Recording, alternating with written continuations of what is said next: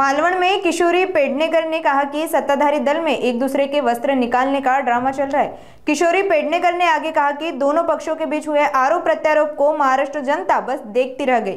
उन्होंने बताया कि मालवण हाई वोल्टेज ड्रामा का केंद्र बन गया है। कल जो हुआ वह सबने देखा। नीलेश राणे भाजपा के घर में घुस गए और कार्यकर्ता की बोलती बंद कर दी। सत्ताधारी दल के अंदर यह ड्रामा निरंतर जारी है।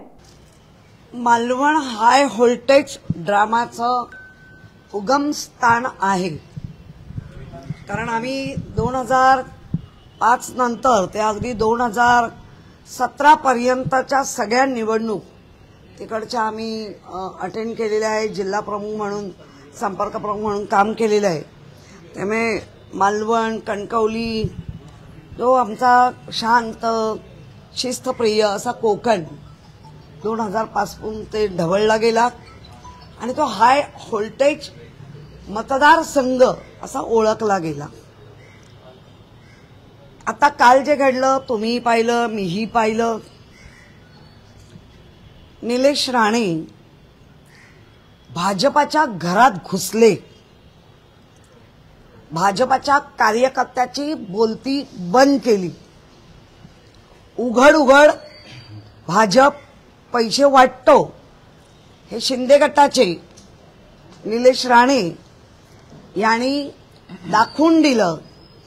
पोलिसांना घेऊन आले आणि जो हाय व्होल्टेज ड्रामा तो कुठल्या तरी एका नागरिक भाजपाचे पदाधिकारी असलेले यांच्या घरात पाहायला मिळाला। आता तसं बघायला गेलं, एका बाजूनी म्हटलं तर चांगलं केलं।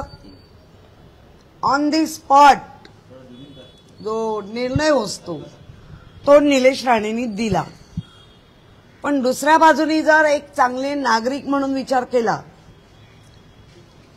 तर ज्या पद्धतीने ते घरात गेले, घरातल्या लोकांनी कुठेही विरोध केला नाही, चांगल्या परिचयाच्या असल्यामुळे, पण त्या पदाधिकाऱ्याची मात्र पुऱ्या जिल्ह्यात फुलटून नाचक्की करून टाकली। त्यामुळे ह्या दोन लोकांच्या भांडणांमध्ये किंवा आरोपांवर महाराष्ट्राने आता पाहत राहायचंय किंवा तिथल्या मतदारांनी। पक्ष सत्ताधारी आहेत, थांबा बोलते मी, पुढे बोलत होतो ती। आणि सत्ताधारी असून एकमेकांची वस्त्र काढणं हा व्होल्टेज ड्रामा चालू आहे।